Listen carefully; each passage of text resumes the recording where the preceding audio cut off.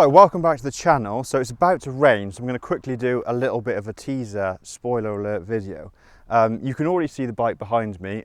I'm not going to ride it in this video. Literally, this bike arrived 6 hours ago. It's been uncrated in the last couple of hours. So I've been able to turn the bike on. I'm going to do that for you in this video just so you can hear the sound of it. But this is just going to be a first impressions walk around video of the Fantic Caballero 700. So I have previously test ridden the 500. This isn't a ride, it's just a walk around, but I will cover some of the nicest bits on the bike, of which there are many.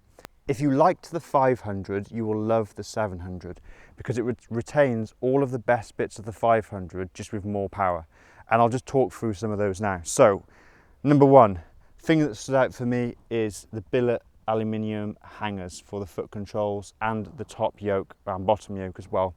Machined out of aluminium. You can see the machining marks on it, which are all neat, beautifully done.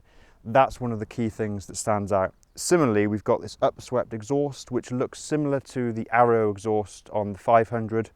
Got the same heat shield on it. Really, really nice stylistic design of the bike.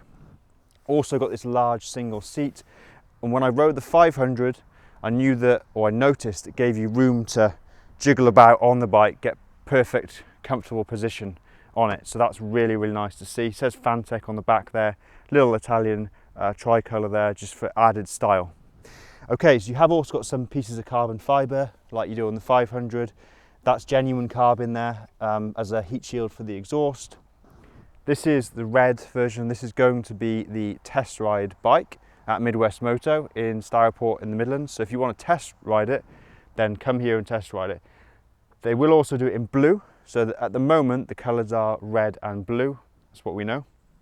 But I'm sure, like the 500, you'll get a variety of special editions, maybe a rally, maybe an explorer. You'll get panniers, you'll get little headlight guards and bits and bobs they'll sell alongside the base models.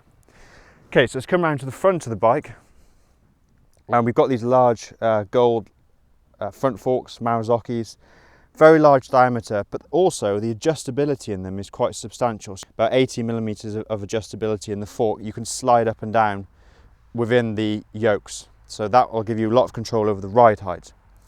Okay, up front we've got a large round headlight, similar to the Caballero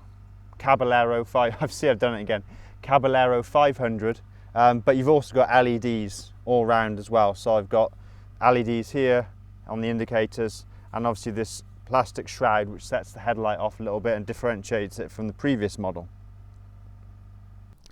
Tyres and wheels, you've got 17 on the rear, 19 on the front. Same as the 500cc version of the bike. They're shod in Pirelli Scorpion Rally STRs, which is kind of a 80-20 on-road, off-road tyre. But it's more for the style. You're not really going to be taking this bike off-road too much. It's more for the look. Did I mention the sign here? Obviously visually differentiates it from the 500s. They say 500, this says 700. You've got quite a lot of adjustability here in the mirrors. Wood bar ends look a little bit better perhaps, but I'm sure they'll be available as an optional extra. Now, I talked about adjustability of the front.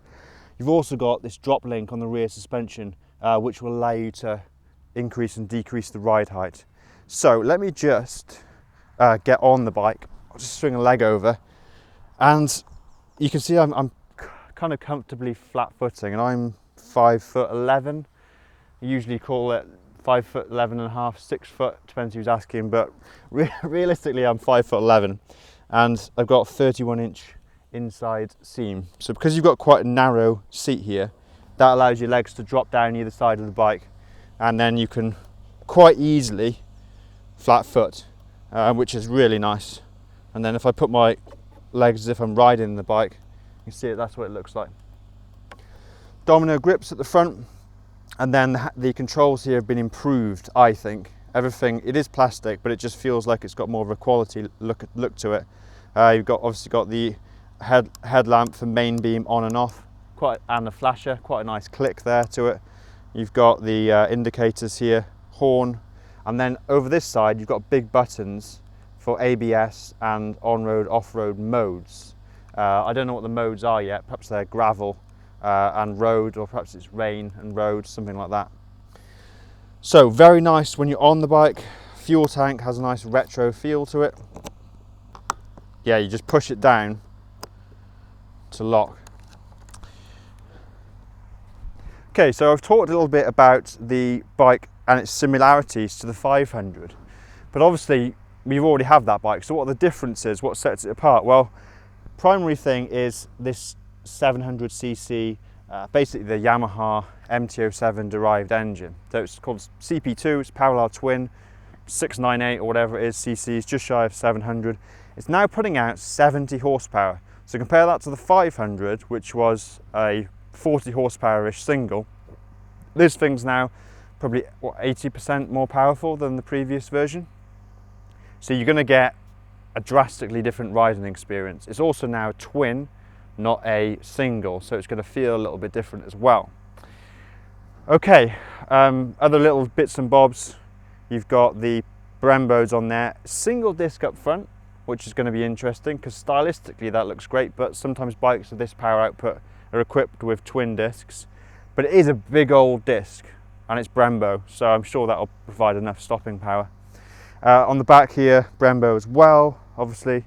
And this big grab handle here allows you to maneuver the bike very easily. So obviously I wanted to move it into position, set up this shot, and this is so substantial. You could strap things to it, the pillion could hold on to it, you can use it to move the bike around.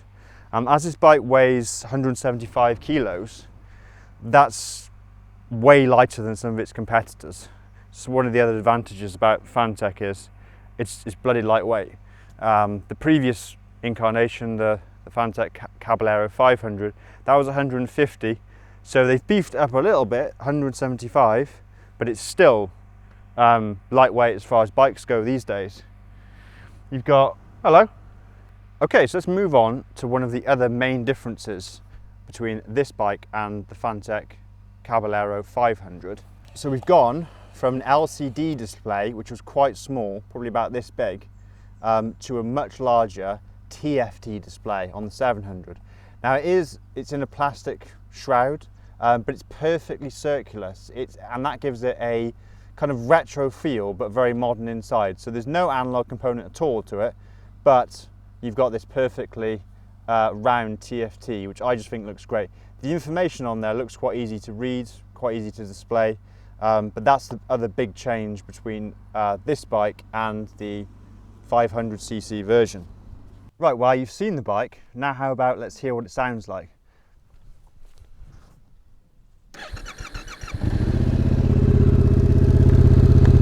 Okay, so I'm just going to put my mic close to the exhaust, and you can hear that as opposed to the previous Caballero, the single, you got that pleasing parallel twin throbbing engine note. I'm just going to blip the throttle a little bit so you can hear it.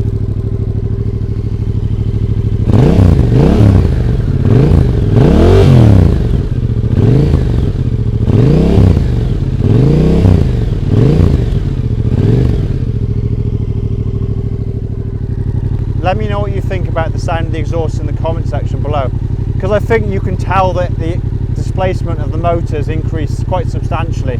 It's got that kind of deep parallel twin throb. So even though it is muffled a little bit, it sounds quite good when you blip the throttle. Okay, so the Fantic costs $9,500. If you do want to come up and test ride it at Midwest Moto in the West Midlands, then this is the actual bike you'll be riding. Totally brand new, and you'll get a feel for it. I'm going to come back and test ride it. So yeah, stay tuned and we'll be back and we'll be actually out on board this lovely bike. Thanks a lot.